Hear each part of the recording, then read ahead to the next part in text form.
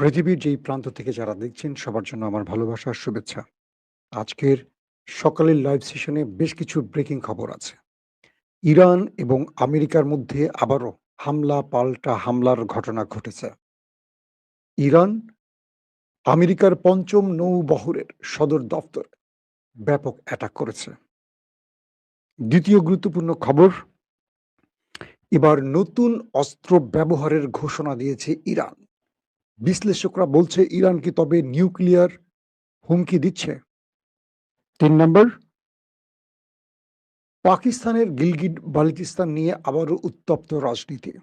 ইমরান খান কি পারবেন সকল ষড়যন্ত্র মোকাবেলা করতে? ৪ নম্বর, হঠাৎ করে মমতা বন্দ্যোপাধ্যায় বাংলাদেশকে উদ্দেশ্য করে শহীদ ওসমান হাদিকে নিয়ে কি ইঙ্গিত করলেন যাতে করে নরেন্দ্র মোদী আবারও আন্তর্জাতিকভাবে চাপে পড়ে গেল? দর্শক, আরো বেশ কিছু খবর থাকবে, সব মিলিয়ে আজকের সকালের লাইভ সেশন। প্রথমে আমি ওসমান হাদির সংবাদটি দিয়ে শুরু করতে চাই। বাংলাদেশের জনপ্রিয় একজন তরুণ রাজনীতিক ওসমান হাদি, তিনি ঢাকাতে একটি আসনে নির্বাচনকালীন সময় আততায়ীর গুলিতে নিহত হন। পুরো বাংলাদেশ ওসমান হাদির জন্য জেগে ওঠে।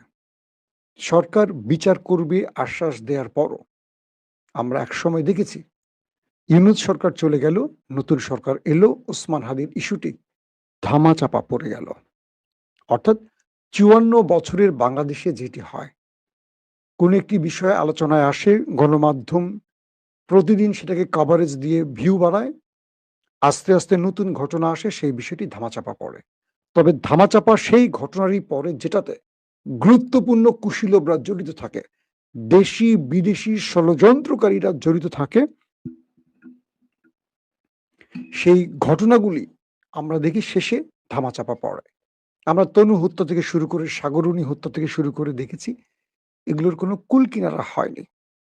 অনেকে বলছেন ওসমান হাদির হত্যারও কোনো কুল কিনারা হবে না, কারণ এটার সাথে দেশি বিদেশি ষড়যন্ত্রকারীরা জড়িত আছেন। আশা করি বুঝতে পেরেছেন তারা কারা।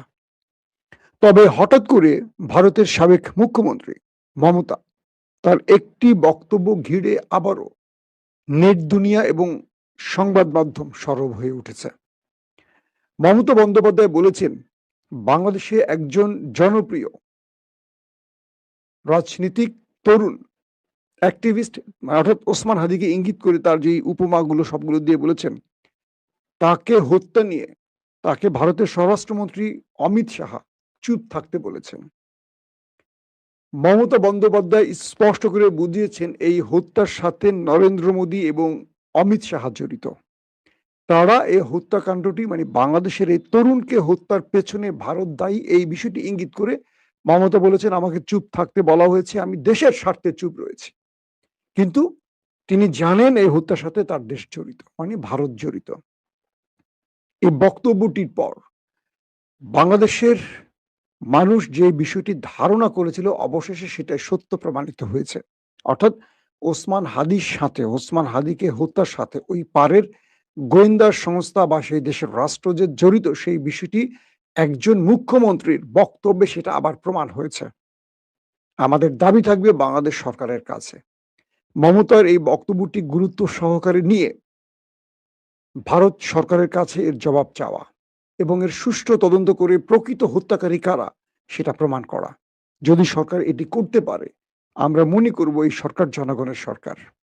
আর যদি সরকার এই বিষয়ে আর কোনো পদক্ষেপ না নেয়, ধরে নিব এই ষড়যন্ত্রে হয়তোবা সরকারেরও কেউ জড়িত থাকতে পারে, অথবা সরকার ওই দেশটির ভয়ে চুপ রয়েছে। তাহলে আগামী দিনগুলোতে বাংলাদেশ বড় কোনো বিচারের ক্ষেত্রে বা ইনসাফ প্রতিষ্ঠার ক্ষেত্রে এই সরকারের কাছে তাদের আস্থা হারাবে।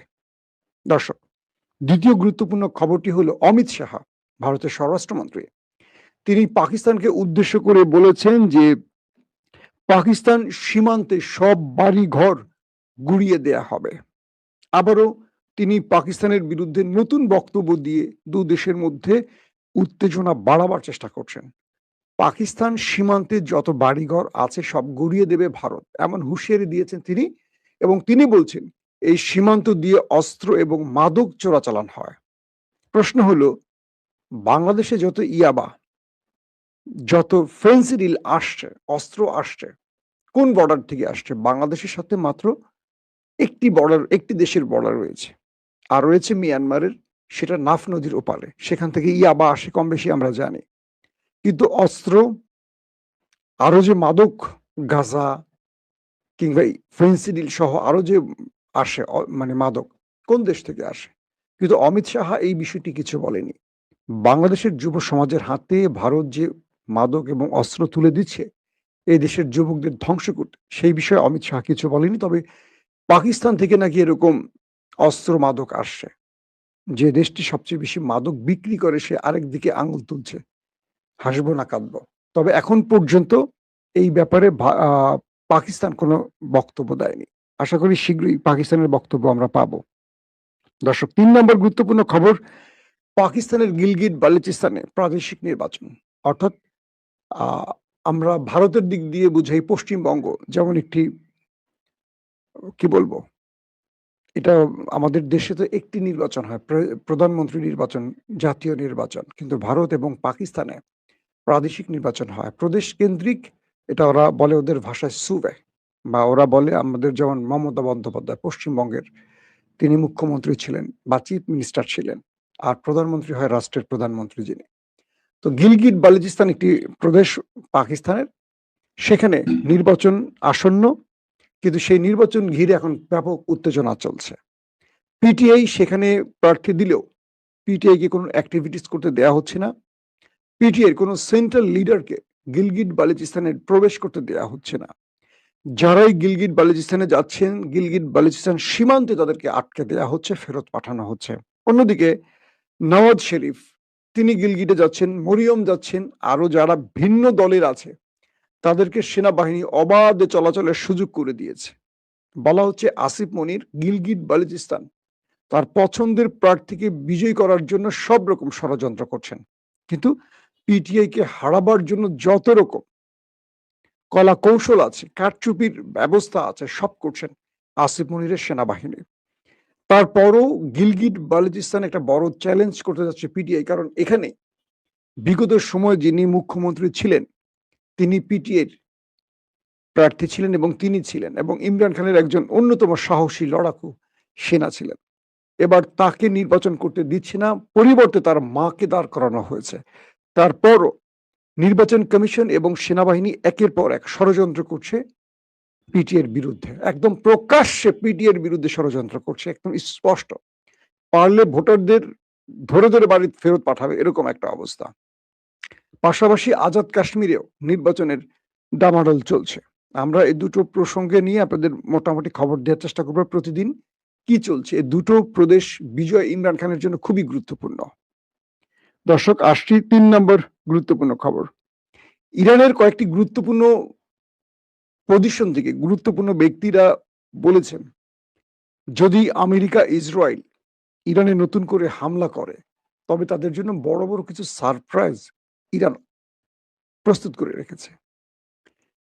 আইআরজিসির একজন জেনারেল বলেছেন যে আমরা শত্রুকে মোকাবেলায় এমন ভয়ঙ্কর অস্ত্র প্রস্তুত রেখেছি যেটা শত্রু কল্পনাও করতে পারে না।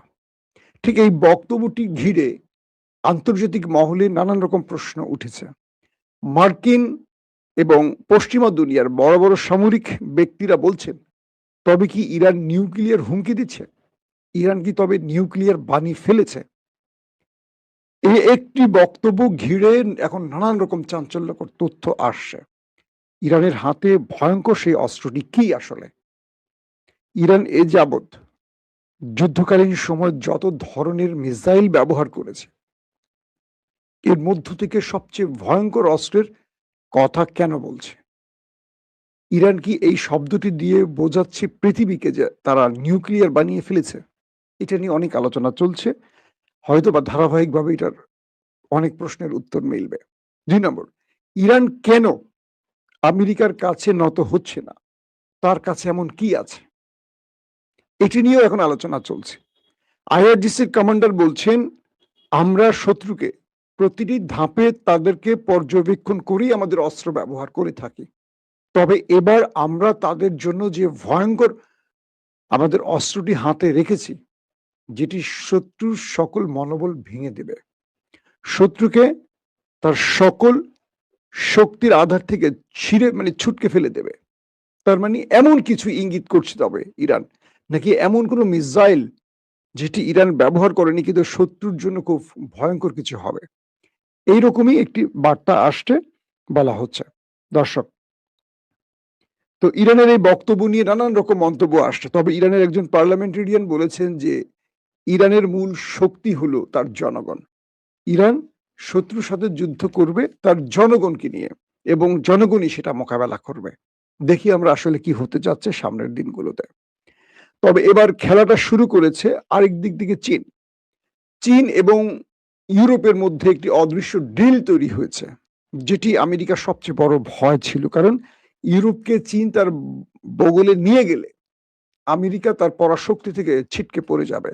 ইতিমধ্যে সেই বিষয়টি স্পষ্ট হচ্ছে, কারণ চীন মার্কিন বন্ডস বিক্রি করে গোল্ড কেনার দিকে নজর দিয়েছে। হঠাৎ করে খবর আসলো ইউরোপের সেন্ট্রাল ব্যাংক আমেরিকার ট্রেজারি বন্ধ করে ট্রেজারি বন্ড বিক্রি করা শুরু করে দিয়েছে। ইউরোপের সেন্ট্রাল ব্যাংক মার্কিন যুক্তরাষ্ট্রের ট্রেজারি বন্ড বিক্রি করে গোল্ড কেনা শুরু করেছে। তার মানে আমেরিকার ডলার এখন ঠাস করে মাটিতে পড়ে যাবে, শেয়ার বাজার ঠাস করে নিচে পড়ে যাবে। আমেরিকা পুরো পৃথিবীকে আগে ঋণ দিয়ে সুদে টাকা গুনত। এখন আমেরিকা নিজে তাদের যে ট্রিলিয়ন ট্রিলিয়ন ঋণ আছে, এই ঋণগুলো চাঙা হয়ে যাবে এবং আমেরিকার এই বন্ড ইউরোপ বিক্রি করে দেওয়ার জন্য এবং তারা স্বর্ণ কেনার জন্য তাদের ডলারের দরপতন শুধু নয়, আমেরিকা এখন নিজে বড় রকম ঋণগ্রস্ত হয়ে চাপে পড়ে যাবে। তাদের দেশে অর্থনীতির যেমন 12টা বাজবে, তাদের দেশে দ্রব্যমূল্যের দাম এখন কয়েক গুণ বেড়ে যাবে, দাম দাম করে বেড়ে যাবে। পুরো আমেরিকা সোসাইটি, পুরো আমেরিকার জনগণ এখন ঋণের বোঝায় জর্জরিত হবে। দ্রব্যমূল্যের ঊর্ধ্বগতির নাভিশ্বাস দেখবে বাংলাদেশের মতো।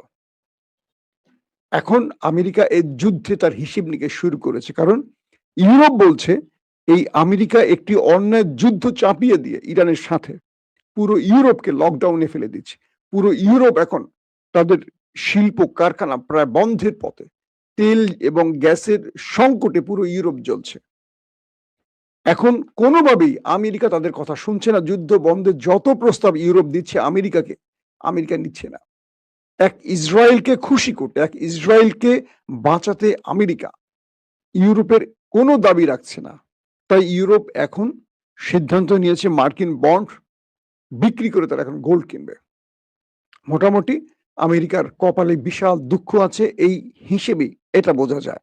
হয়তো আপনারা পরবর্তী সংবাদগুলোতে পেয়ে যাবেন এই খবরটি, যে আমেরিকার জন্য কত বড় ভয়াবহ দুর্ভোগ আসতে যাচ্ছে ইরান যুদ্ধের কারণে। দর্শক, সবচেয়ে বড় খবর যেটির জন্য আপনারা ওয়েট করছেন, হঠাৎ করে মার্কিন যুক্তরাষ্ট্র ইরানের একটি তেলবাহী জাহাজে হামলা করে এবং সেই জাহাজটির ইঞ্জিন রুমে আগুন ধরে যায়।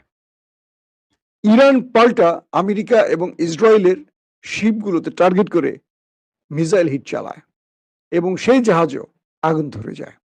এরপর আমেরিকা ক্ষেপে যায়। আমেরিকা ক্ষেপে গিয়ে ইরানের আইআরজিসির যে সেন্ট্রাল সদর দপ্তর টাওয়ার, সেটাকে হামলা করে উড়িয়ে দেয়।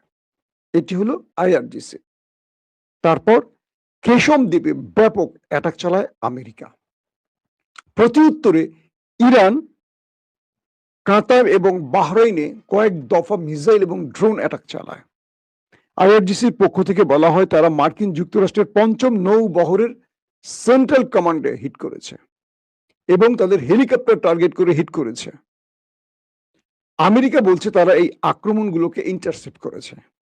ইরান এখনো কিছু বলেনি। ইরান বলছে তাদের আইআরজিসির যে সদর দপ্তর বা সেন্ট্রাল কমান্ডের যে পোস্ট, হেডকোয়ার্টার পোস্ট, সেটিকে তারা ক্ষতিগ্রস্ত করেছে। এখন একদল আরেক দলের সাথে হামলা পাল্টা হামলা চলছে এই যুদ্ধবিরতির মধ্যে। ইরান বলছে শত্রু তাদেরকে আক্রমণ করলে তারা 1 সেকেন্ড অপেক্ষা করবে না। আবার মার্কিন যুক্তরাষ্ট্রের ৫ম নৌবহরের সদর দপ্তরে হামলা করে ইরান এটিও প্রমাণ করেছে তারা শত্রুর টার্গেটে অ্যাটাক করতে এতটুকু পিছপা হবে না, এতটুকু ভয় পাচ্ছে না। তাহলে খেলাটা শুরু করলো কে? আমেরিকা। আমেরিকা ১ম এ ইরানের জাহাজকে টার্গেট করেছে। ইরান, আমেরিকা, ইসরায়েলের জাহাজ টার্গেট করেছে। এরপর আমেরিকা ক্ষেপে গিয়ে আইআরজিসি সদর দফতরের যেটা তাদের কি বলে ওই কন্ট্রোল পোস্ট সেখানে হিট করেছে। সেখান থেকে আমেরিকান নৌবহরের ৫ম নৌবহরের হেডকোয়ার্টারে হিট করেছে ইরান। কাতার এবং বাহরাইনে সিরিজ মিসাইল এবং ড্রোন অ্যাটাক করেছে। এভাবেই চলছে ২ দেশের মধ্যে খেলা, পাল্টা খেলা। এভাবেই যেন যুদ্ধ পরিস্থিতি আবারও আরেকটি বড় যুদ্ধের দিকে মধ্যপ্রাচ্যকে টেনে নেবে। একদিকে যুদ্ধবিরতি, তার মধ্যেই থেমে, থেমে এই খেলাগুলো চলছে। দর্শক, আজকের মতো বিদায় নিচ্ছি। প্রত্যেকে ভালো থাকবেন। আল্লাহ হাফেজ।